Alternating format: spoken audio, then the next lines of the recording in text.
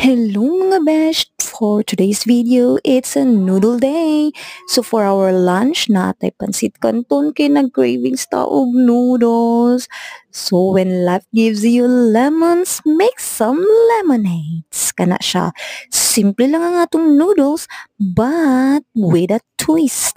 Meaning to say, bisag unsa ka simple kung kamao lang tang mo diskarte, haron mo lami, mura na pod og pang restaurant ang atong pagkaon, 'di ba?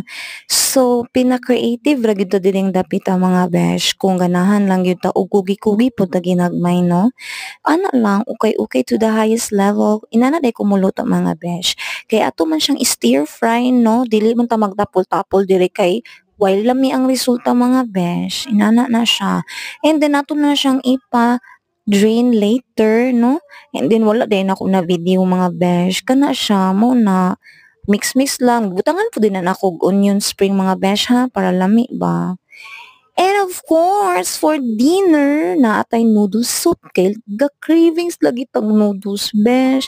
Lucky me gyapon na besh. Beef flavor. And of course, gibutangan gyapon na to kimchi para na ay gamayng kick.